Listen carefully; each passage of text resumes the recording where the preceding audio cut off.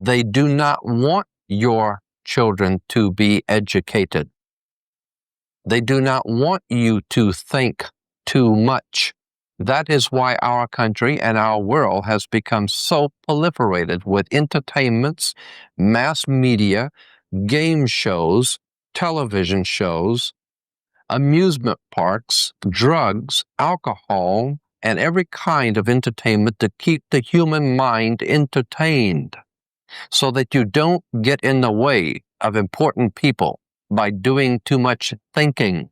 You had better wake up and understand that there are people who are guiding your life and you don't even know it. This has been the season of distractions. If one distraction don't work, they go to another one and everybody just eats it up.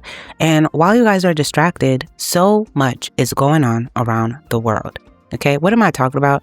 I'm talking about this Cardi B and Nicki Minaj distraction. And I'm going to talk about it for two main reasons. So I asked you to stick around because this is not videos that I typically do on this channel, but it was in my spirit and my heart to speak about it, and I just have to. But first, hey friend, welcome to my channel, KarineAlourde Mental Gems. This channel is dedicated to leveling up in all areas of your life. So let us learn together, read together, but most importantly, grow together. Now, without further ado, let's get into this video. I'll get to the most important reason why I did this video last, but I first want to start with, and one thing that I know for certain is that one of the biggest tools of distractions for centuries that has been used is entertainment.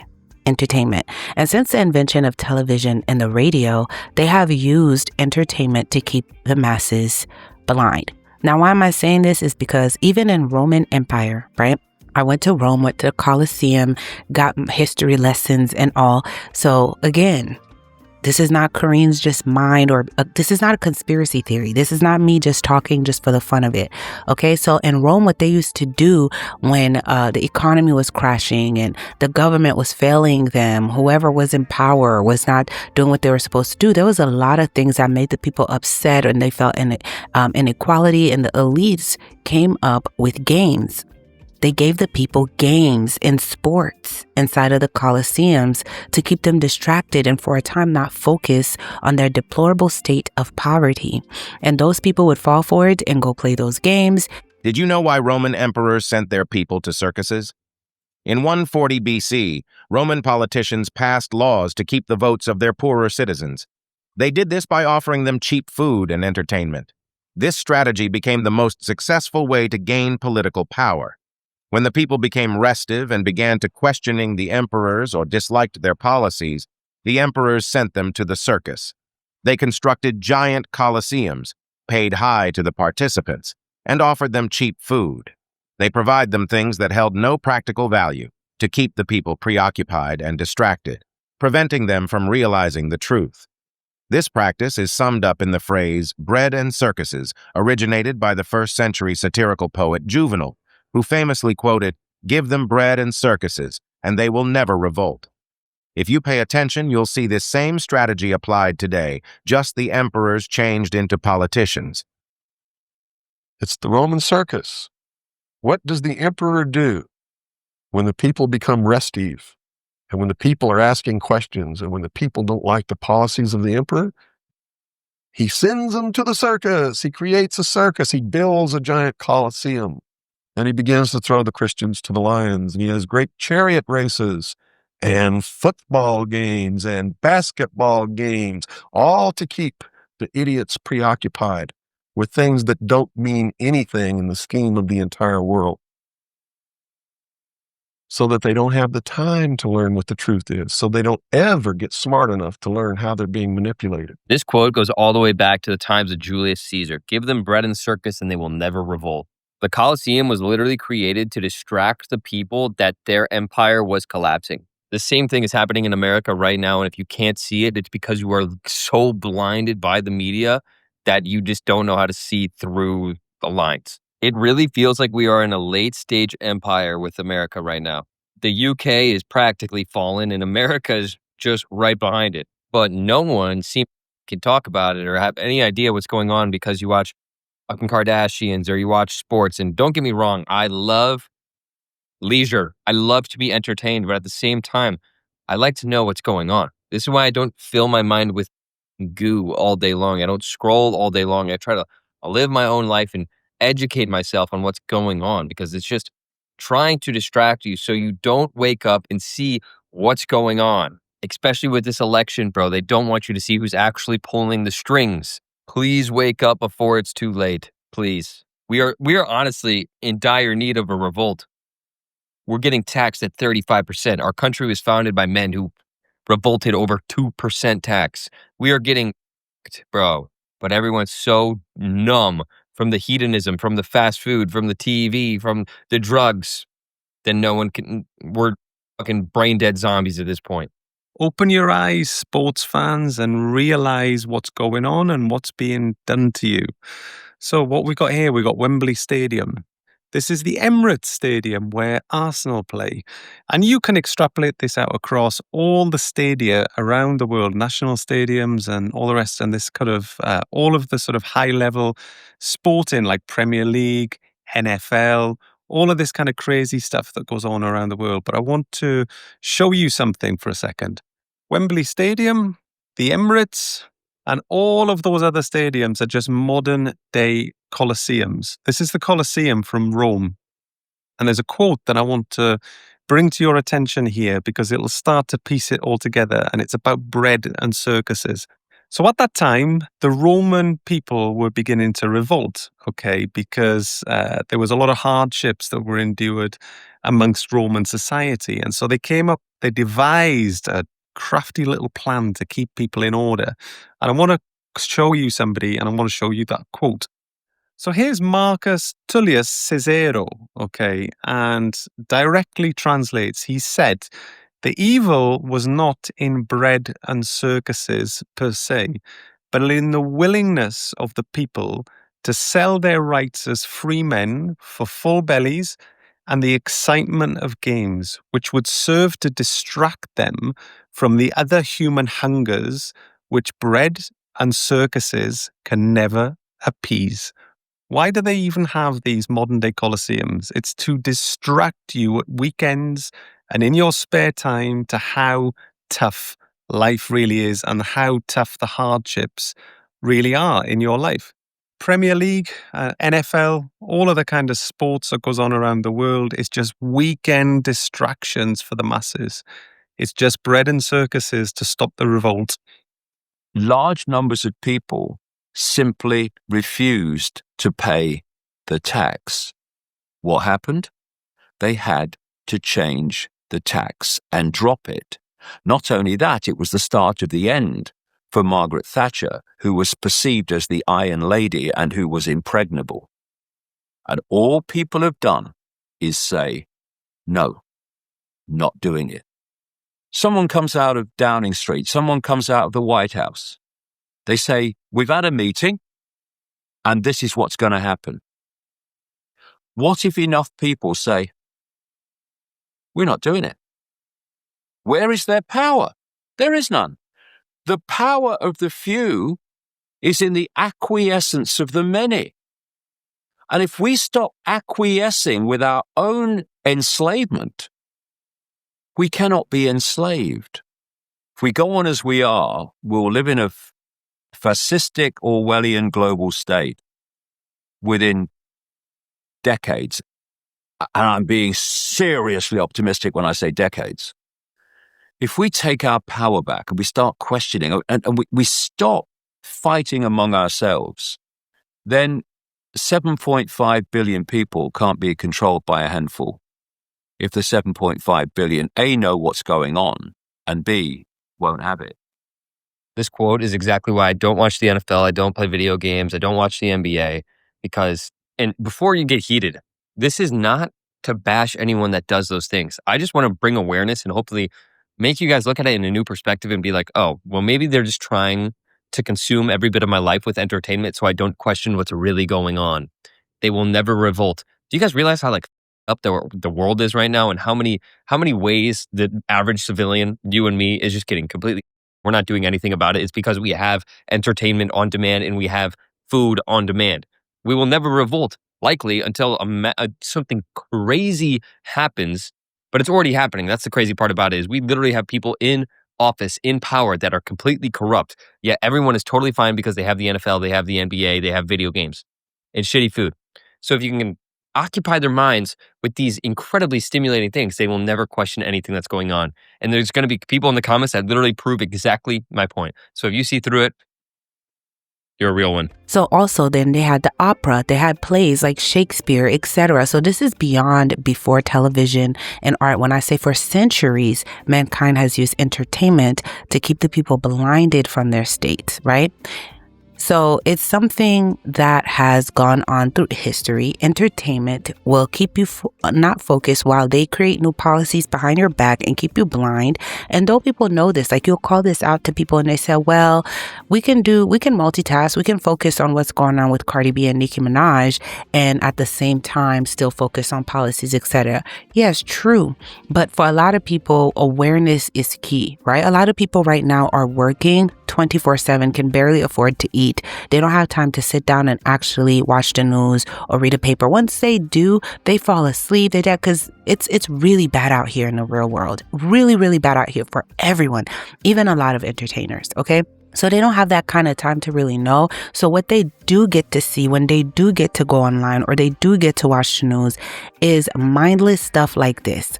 P. Diddy trial, which was used as something to distract the masses as well, because a lot of policies happened during that time, but every media outlet wanted clicks and views, and so that was the thing to talk about.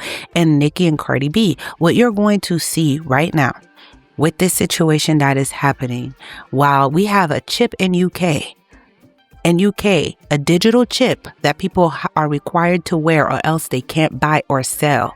That just happened recently, guys. What if I told you your phone is about to become your ID, whether you like it or not? Well, it's all part of a controversial government plan to try and discourage illegal migrants. Let me spell that out. You will not be able to work in the United Kingdom if you do not have digital ID.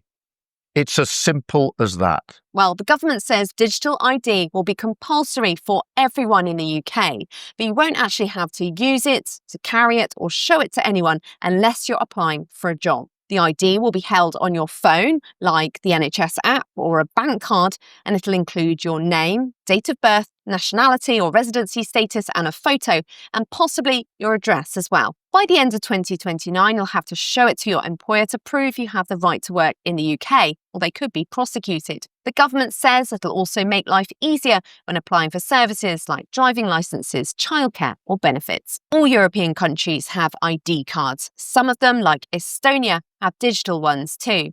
Identity cards were brought in during the First and Second World Wars, but they were abolished in 1952. Former Labour Prime Minister Tony Blair tried to reintroduce them 20 years ago, but the plans were dropped by the coalition government because of concerns about cost, privacy and civil liberties. Digital ID wasn't in the Labour manifesto at the last election, and the then Home Secretary denied looking at the idea last year. It's opposed by the Tories and Reform, who say it's a gimmick which won't stop the votes. I do not see a single benefit to the government having digital ID other than them controlling what we do, what we spend, and where we go. And mandatory ID is opposed by the Lib Dems too. Contrary to previous reports, the government isn't going to be branding it a brick card. The whole idea is hugely controversial. Employers already have a legal duty to check people's right to work. That doesn't happen in the black economy, and there's no reason that digital IDs will make that happen. If somebody's going to work for 20 quid a day in a kebab shop, they're going to do that, digital ID or no digital ID. Nobody voted for this. This wasn't in the Labour manifesto.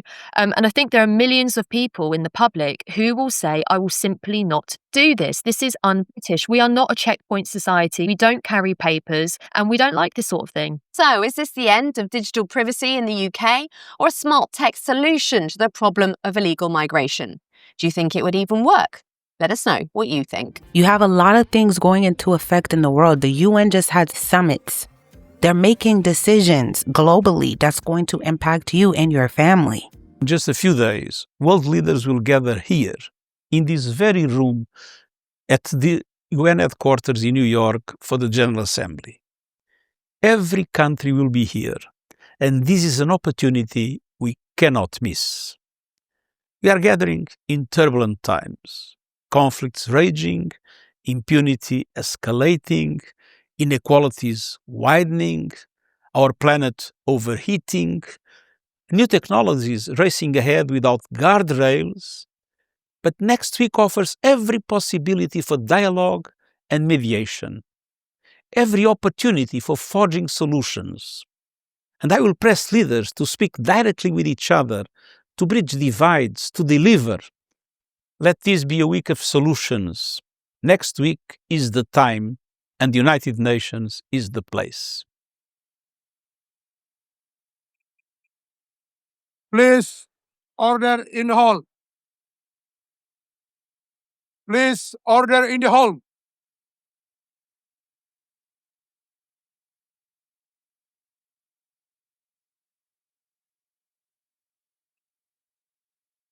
Please, order in the hall.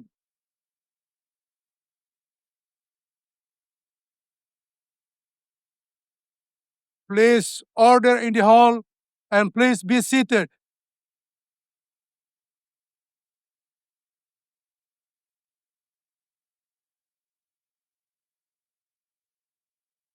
No one's keeping up, and that is not what is trending. What you're going to see for the next few days, next few months, is everybody reporting on Nicki and Cardi B beef.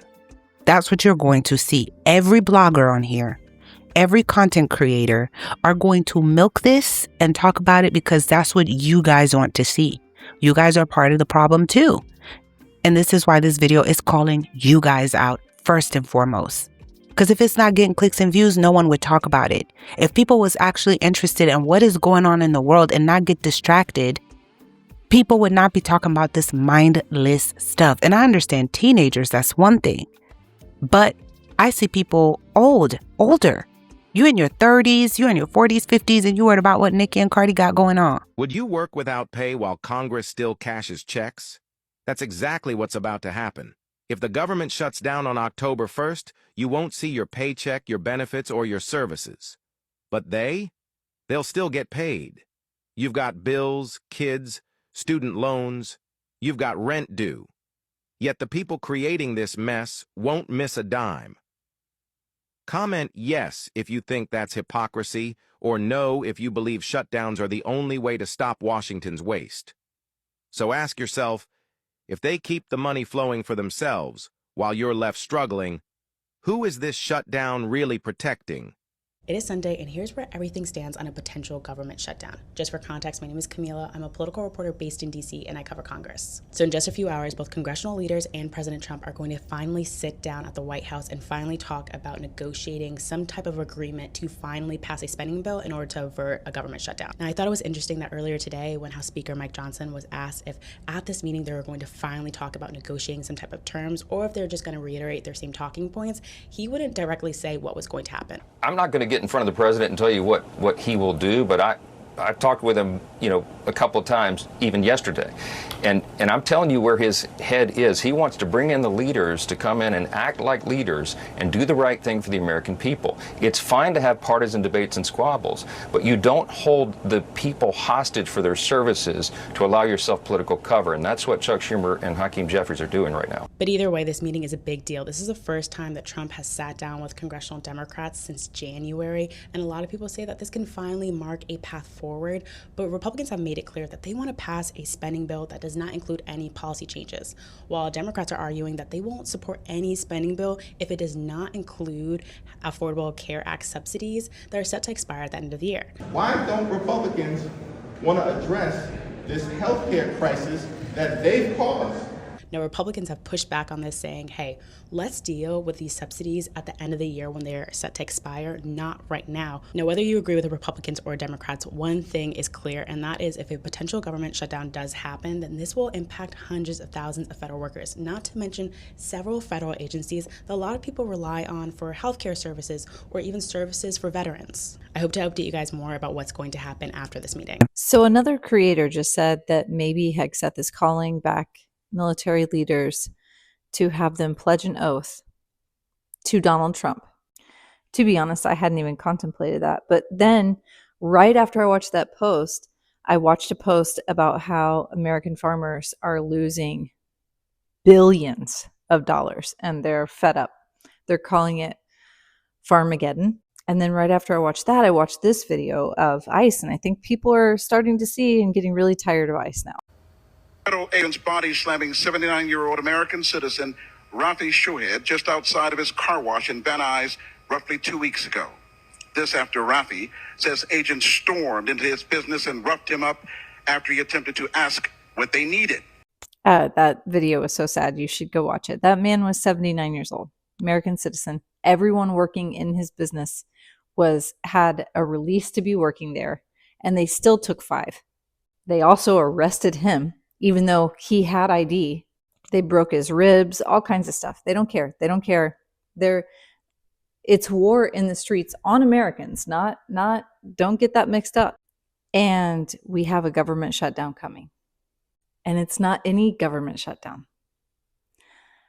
I don't know if you guys remember this, but in Project 2025, one of the biggest things, and several of the videos that I shared before, talked about how they want to fire massive amounts of federal employees to consolidate power, which is what authoritarians do. And once they do all those layoffs and prices go up, which they're going to continue to do, less people will be willing to conform. They need people to at least be willing to conform in the beginning. Otherwise, they don't stand a chance. But here's the craziest part. And I'll probably make a separate video about this because almost no one stays to the end of the video. QAnon used to always say, one of the biggest things they always said was that it's our military will remove the bad guys. It would be funny if they fell for following the bad guys, but they were right about like how the bad guys get taken out. That would be amazing. And one of the reasons I am talking about this is because as self-confessed Christians, I'm seeing you guys posting about this, whether on your stories, whether on Twitter accounts, or you're talking about it, and you're a grown adult and you're taking sides. Yes, I know I sound harsh, and let me tell you, there was a time a couple years ago when the beef first started, I was deep taking sides. I was invested in the drama too. I didn't have no life. I didn't care about my salvation. Twitter was something I had to get rid of. I had to delete it from my phone. It's so toxic. And then also spiritually, on the spiritual side, is draining you of your energy. It's exhausting to witness these people fight nonstop, spewing hate and jealousy, all these curse words. I want to tell you guys something on the spiritual side. Let's talk about it, because there is a lot going on. And this video is not necessarily to focus on Cardi B or Nicki Minaj. I don't have no issues with them. It's just I know everywhere I'm already on a social media fast that, thank goodness, started today. But the only things I'm keeping up with is news that affect you guys, because I want to talk about that on this channel. Things like what's going on in the UN summit, the water crisis. I did a whole video on the water crisis, chaos that's happening globally. These are the videos I want to do, but are they popular? No, they won't go viral. People won't watch them. Nobody cares about a water crisis that impacts you. It's going to impact you in the next coming months. Do you know that? Every single person, rich or poor, is going to be impacted. You won't be able to buy your way out of a drought. That's happening because of AI. But people don't care about those type of videos. And I guarantee you this video right now I'm doing, y'all can keep refreshing, see how popular it becomes. Because of what's on the thumbnail, because of the title, because that's what people care about. I guarantee you. I'm going to pin the water crisis video in the comments if you want to go watch that. I was very disappointed at how people just didn't care for this information. I'm putting research and thought into it like, oh my goodness, I want people to wake up, know how to prepare for this. I know your water bill is going up, your electric bill is going up, all because of this AI production, the droughts that's happening. It's affecting everybody. The power outages that's supposed to be coming globally. And no one cared. But here you go, you have Nicki Minaj and Cardi B, and you guys are evangelizing their music. Why are you so invested in this? And on the spiritual tip, you can't be a servant of God and you out here liking certain tweets. You're retweeting stuff. You're having dialogue about this nonsense. Because what is it promoting? How is it helping build the community? How is it helping build you, your brain, your mind? None of these women are positive influences on the community. What disturbs me the most is when Nicki Minaj used scripture. That's blasphemy. She should be getting called out for that. You're using scripture. We fight against blood and perspire. This is the Illuminati queen. For ages been spewing this demonic garbage to the youth. And I grew up on her. I can talk like that. I know what her music said. This is not coming from somebody that I don't know none of the songs. I grew up from that, from Nicki. And you're using scripture to my God, what God you serve. And you have people that are not mentally intelligent say, oh no, she's a Christian, she's this, she's that. This is why I don't claim to be a Christian. It's disgusting how it's been packaged. It's disgusting how this word is trampled upon. I don't even want to associate with y'all. Y'all give the people of God a bad name. And I'm not trying to be mean, but somebody has to say it.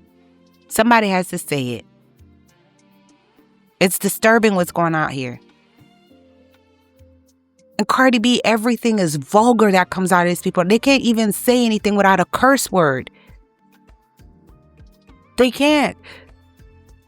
All they promote is sex, jealousy, envy, how much money they have versus you, what they can do with your man. To dress like you ain't got no kind of shame. This is stuff that wouldn't fly even 50 years ago. Society was not this low. And it was prophesied in the Bible that society would reach this low. People are promoting evil. They're defending evil. There will be people in the comments defending this evil. Even if you're atheist, you cannot lie and say you don't see the evil being promoted. You can't lie and say you don't see it. And you're obsessed with it. You're refreshing. And even as I understand it, because I told you I had to get rid of Twitter. God put it in my heart, Karine, get off, stop keeping up with them. He kept convicting me of it. So I would have dreams I was so invested in these people's beefs. I would dream about them. So don't think I'm coming on here just judging. I see people with no life. You sit up on Twitter with this person as your like your profile picture, arguing with people all day. You accomplishing nothing. You making them rich. What's sick is you're promoting to buy their albums, go stream their music. You got overnight streams to listen, giving all your coins, 6, 7 different credit cards so you can make them and their labels rich so they can go eat children. And I know y'all thinking I'm sounding dramatic, but I'll post a video of that for you too. This is what y'all supporting. And there's nothing that's a coincidence in Hollywood.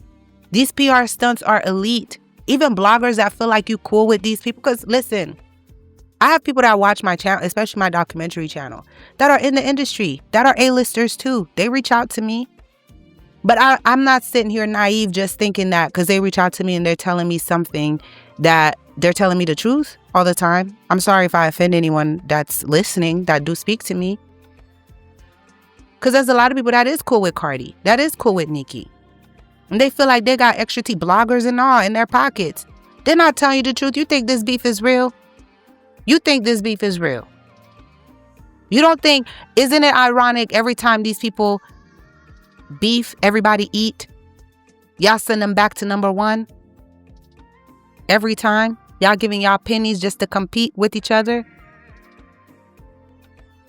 Female rap was dying until Nicki and Cardi started beefing. Both labels benefit. Everybody eat when they feud.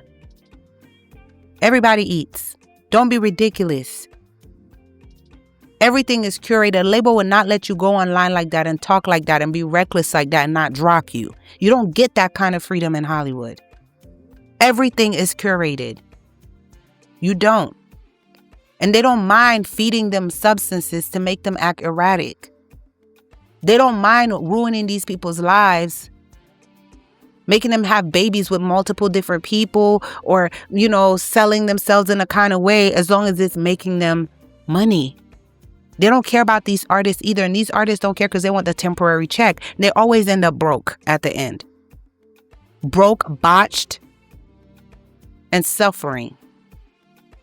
Because this is temporary, it won't last. I want to tell you I apologize and I'm sorry for what I'm about to say, but as far as this music stuff, I won't be doing this music stuff anymore. I started this because this was my dream. And, I wanted to make sure I could get me and my kids out the hood. It's always been my passion to rap. A while ago, I had signed a contract and I didn't know nothing about the business or this game out here. And just right now, I'm realizing that I signed my soul. I sold my soul to the devil. I signed myself to the devil. I don't even own myself no more. I sold my soul to the devil, and I done prayed. I prayed and I prayed and I prayed.